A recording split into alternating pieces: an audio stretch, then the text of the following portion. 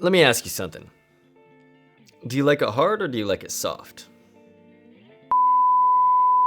I can't say that? No. Then what am I supposed to say then? Because we're talking about... Talk about some context in there. Give me some context. Like the light. Yeah. The light. Yeah. Is it hard or Right. soft? Let me ask you something. Do you like your light hard or soft? Is that better?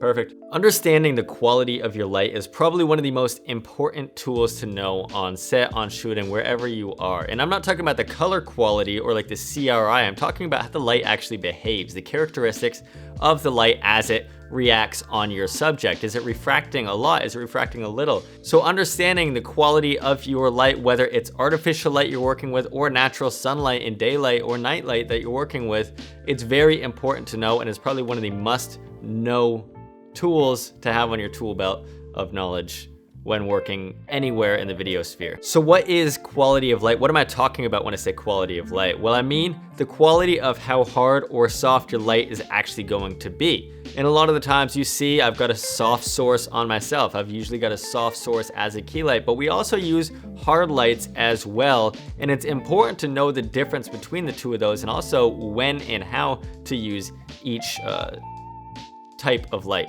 So to give a little bit more of a visual explanation as to what I'm talking about, I happen to have an excellent example. A pun? Are you kidding me? No. Why? People like puns. Do it back.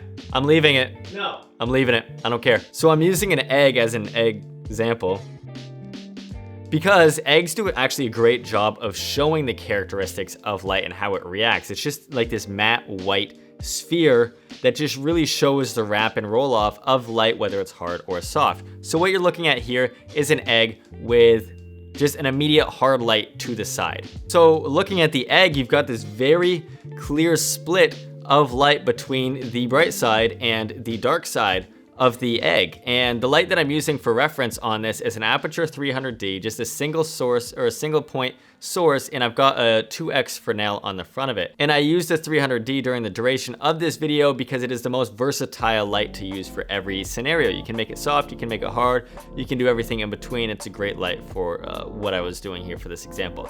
Now, back to the egg. You see that there is this very drastic split in contrast between the bright side and the dark side. That's because this light beam, as it's coming in, it's not refracting, it's not going through any sort of material or any sort of anything for that matter that's going to diffuse or cut up this light and make the beam of light split and go different ways and refract around. So by having a very direct pinpoint source on this egg, it's very similar to the sun. It's a very small source in the sky pointing your light beam straight at your subject. So you're gonna see a very clear divide of where these shadows are coming into play. And you see the really long shadow that it makes on frame left as the light hits and rakes across the whiteboard beneath it. So you've got the hard light from the side, but now what happens if we soften this light up? Now what's that gonna look like on the egg? So what I did is take off the Fresnel and put on a aperture softbox, one of their light domes on the front of this, and I actually moved the light in as close as I could because remember, the larger the source is, the softer it's gonna be, so it's gonna wrap around even softer. So to exaggerate the softness of the characteristic of this light with the softbox on, I brought in the softbox as close as I could to the egg. So now you see that there's really very minimal shadows. Yes, there is a brighter side and a darker side, but the roll off from right to left of this really highlight divide on the egg is very smooth and very soft and a lot more pleasing for most subjects in many uses.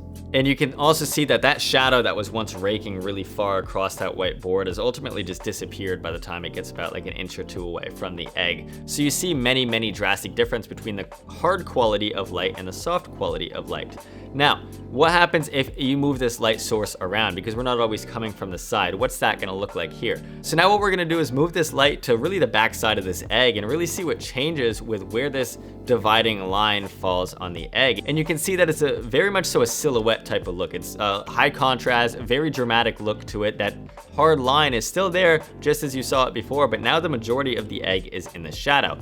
But if we switch this off and put on the softbox and have it coming from the same direction, you can see that yes, we have this more backlit looking subject, but it's so much softer. You can see the light bouncing from the softbox off this white beadboard. It's kind of bouncing around and filling in a lot of the shadows. And even the light bouncing off of the beadboard back onto the egg is another source of soft diffusion because it's a large white source. So that's splitting up and refracting the light even more, making it this much more of a soft quality of light.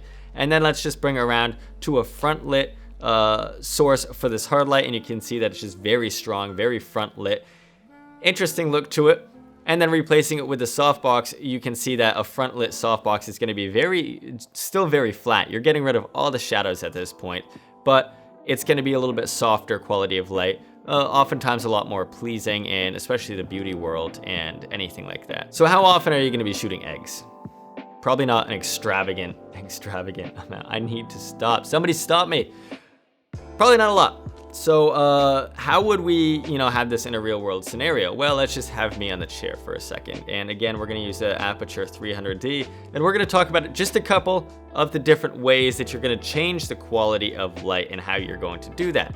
Well, by its very nature, the Aperture 300D is a very small point light source. So immediately out of box, it's going to be a hard light and create a lot of drastic shadows. So now with the Fresnel on top, that again is staying a very hard light, and you can see the shadows across my face, the shadows across the chair, everything is very, very drastic. And for this scene, it definitely isn't accurate. You've got soft light outside, you've got hard light inside. It doesn't really make any sense. But you can see that for this example, if we're going for a hard light, whether we are replicating sunlight or just any sort of strong, vibrant source, this Fresnel could be a great choice. Or you can use the reflector dish that comes with the light source as well. And that'll be a... What happened? What turned off? So sorry about that. So if you want to go for a hard light source, immediately you're going to need a light source with a small point to it, one of these chip-on boards. If you had a whole panel, immediately that's a softer light source. So that's the first step, and then you can use either a Fresnel, which is really going to focus in this beam and make it very directional, or you can use the reflector dish that's going to come with most lights, because that is going to still expose the entire chip, so that's going to create drastic shadows. And ultimately, the further your source is to your subject, the smaller it is going to be. So take the sun, for example. It's huge. It's bigger than the whole Earth. If it was this close to us, it would be an incredibly beautiful and soft light. Why is it not this close to us? Probably because we'd all burn and die. So the sun, if it were to be close, it would be very soft. But it's not, it's very far and small in the sky, so it creates these very directional beams of light. Now you think about that with your own light source as well. If you've got this Fresnel really close up to your subject, it's gonna be a really big source relative to the subject, but you pull that way back 100 feet, it's gonna be very pinpoint, small, and directional, and that's where you're gonna get these harsh shadows. So I'm glad we're talking about quality of light, because I like talking about quality, and I like wearing quality, and when I wear quality, I wear cuts. You see what I did there? Pretty clever, huh? Terrible analogy. Anyway, Cuts just came out with this new vintage set, which is honestly, I've been wearing it every single day. Somebody called me out the other day when I was FaceTiming them. They said, have you changed your hoodie? The answer is no, because they came out with this whole vintage wash set of like this pine. This is pine particularly, and it's loose, it's baggy, it's cool looking, it's whatever, and I just wear it everywhere, and it looks so darn cool. You should probably go get some before it's sold out if it's not already. And use my code, Brady Bissett, 15% off as well. Leave that down there. You know the drill. Cuts is great. I love Cuts. Wear it everywhere. Nothing's gonna change about that. So back to quality of light rather than quality of wardrobe.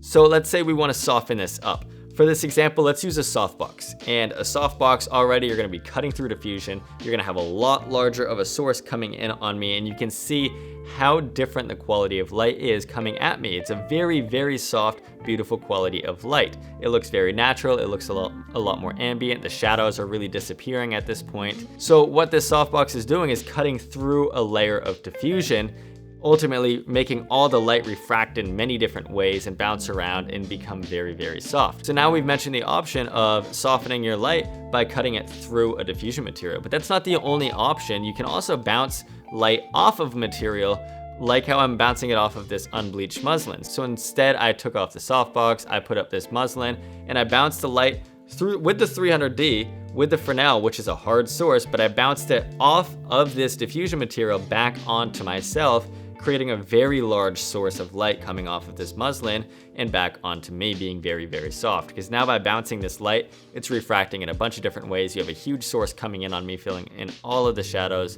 So that's an option as well, is to bounce your light. If you don't have any kind of diffusion material, bounce material, a lot of the times I'll just shoot the light into the corner of a room, into the wall, something like that. That's a large bounce material. That'll bounce back, refract the light, make it nice and soft, pleasing quality on my face. Or into the ceiling, you can go for a top light look as well. So there's a ton of different options with diffusing your light. Not as many options with doing the opposite of not diffusing your light, because a hard source is just a hard source. It's just gonna be the open bulb, the open source, whatever you're using. That's gonna create all of these shadows. So to circle back around to the beginning of this, understanding the qualities of your light it's crucial, whether you are working outside with just natural sun or you're working in a full studio with a bunch of different light sources, options, and diffusion, and so on and so forth. It's important to know, one of the first things, honestly, that you should know when it comes to working with any sort of lighting, because it's gonna have a huge effect on how your subject looks. And for example, you don't have any lights, you're working with just, say, portraits or just portrait style video outside. If you're on a sunny day looking straight into the sun, you're gonna have harsh shadows right on your subject. But if you're working on a cloudy day or working in the shade on a sunny day, you're gonna have this light that is then bouncing off of trees, the sky, everywhere else, buildings, and that in turn is gonna be a huge softbox, softening this light, making it very smooth and ultimately shadowless, and that's just gonna have a huge difference. So it doesn't have to be just working with lights and all of that studio equipment. It can literally just be you walking outside in the daylight, even taking a picture on your iPhone, whatever it is. So understand the quality of light, go practice, do different things, change different directions, move the lights around, put a shower curtain in front of it, put parchment paper I've used at a grocery store, like the baking paper, anything that you've got, just to test it out. It's really gonna excel your knowledge as far as how your images look, incredible exponential amounts. And that's all that I've got for you guys today. So I hope that you enjoyed this video, and if you did, you can like the video or don't like the video, or you can subscribe or not. It doesn't, whatever you got to do. Anyway, I'm gonna see you next week, and take care. Adios, hasta luego. Don't even speak Spanish. See ya.